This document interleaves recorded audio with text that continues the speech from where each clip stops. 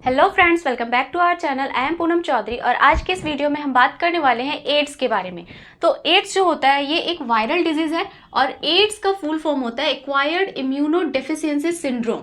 Acquired immuno deficiency syndrome, acquired means ये acquire किया जाता है। ये डिजीज जो है वो जेनेटिक नहीं है, ये हम एनवायरनमेंट से एक्वायर करते हैं। इम्यूनो डेफिशिएंसी मीन्स इसका जो वायरस है वो हमारे इम्यून सिस्टम को वीक करता है, हमारा जो इम्यूनिटी है उसको डेफिशिएंट कर देता है, वीक कर देता है। और सिंड्रोम का मतलब है ये जो एड्स है ये एक कोई सिंगल डिजीज नहीं है, ये पूरे डिजीज का ग्रुप है। अगर एड्स का वायरस किसी पर्सन को अटैक करता है तो उस पर्सन की जो इम्यूनिटी होती है वो वीक हो जाती है और जिसके वजह से एक कोई भी कॉमन सा वायरस या बैक्टीरिया भी अगर उसके बॉडी पर दोबारा अटैक करता है तो उसके वजह से भी उसकी डेथ हो सकती है। तो जिसके वजह से इसका नाम है एक्वायर्ड इम्यूनो डेफिशिएंसी सिंड्रोम। इसे हम और स्लिम डिजीज भी कह सकते हैं, इसका दूसरा नाम है स्लिम डिजीज। अगर इसकी हिस्ट्री की बात करें तो ये सबसे पहले एड्स का जो सबसे पहला केस था वो यूएसए में देखा गया था 1981 में, और इंडिया में ये पहला केस आया था 1986 में। चेन्नई के एक पर्सन में इस डिजीज को देखा गया था।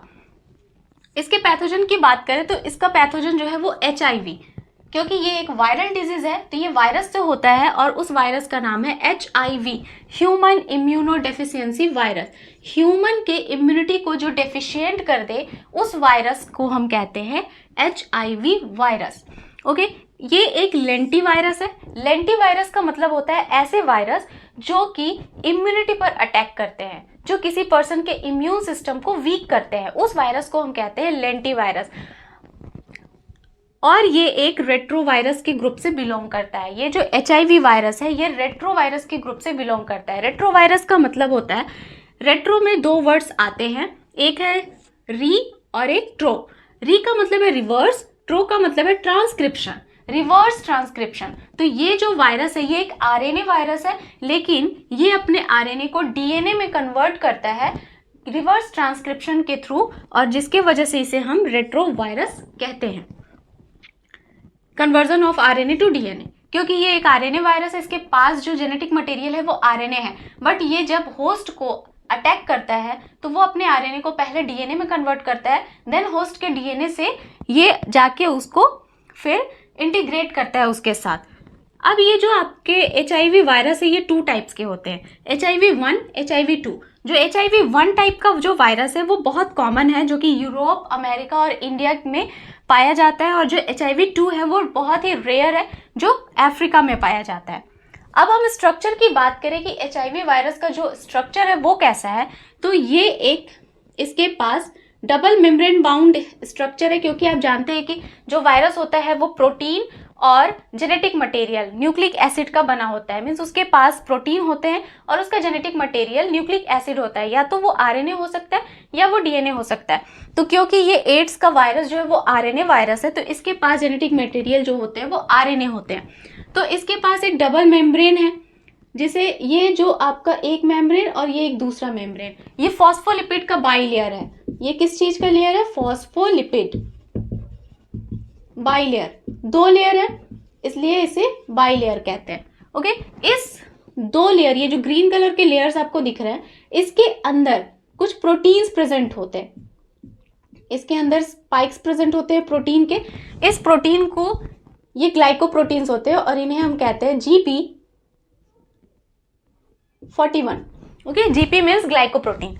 ये जो अंदर वाले प्रोटीन्स हैं ये है आपके GP41, और इस बाहर वाले लेयर के पास, बाहर वाला जो फॉस्फोलिपिड का लेयर है उसके ऊपर भी कुछ प्रोटीन्स के लेयर लगे होते हैं राउंड स्ट्रक्चर में, ये भी ग्लाइकोप्रोटीन्स होते हैं और इन प्रोटीन्स को हम कहते हैं GP120। ओके, ये है GP120। उसके बाद इस स्ट्रक्चर, ये जो 3 आपको दिख रहा है GP41, GP120 and phospholipid bilayer, ये 3 मिला के बनाते हैं वायरस का envelope, viral envelope. Okay, virus का एनवेलप है, ये 3 लेयर मिला के आपके बनाते हैं वायरस के एनवेलप को। उसके बाद ये अंदर में मैट्रिक्स प्रेजेंट होता है इसका, ये मैट्रिक्स भी बना होता है प्रोटीन का, जो कि जिसे हम कहते हैं P17। ये है आपका मैट्रिक्स।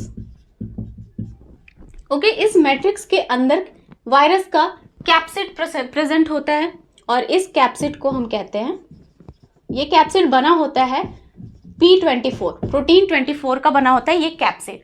अब इस कैप्सिड के अंदर प्रेजेंट होता है इसका genetic material. Single stranded RNA present होते हैं जो कि 2 होते हैं, सिंगल स्ट्रैंडेड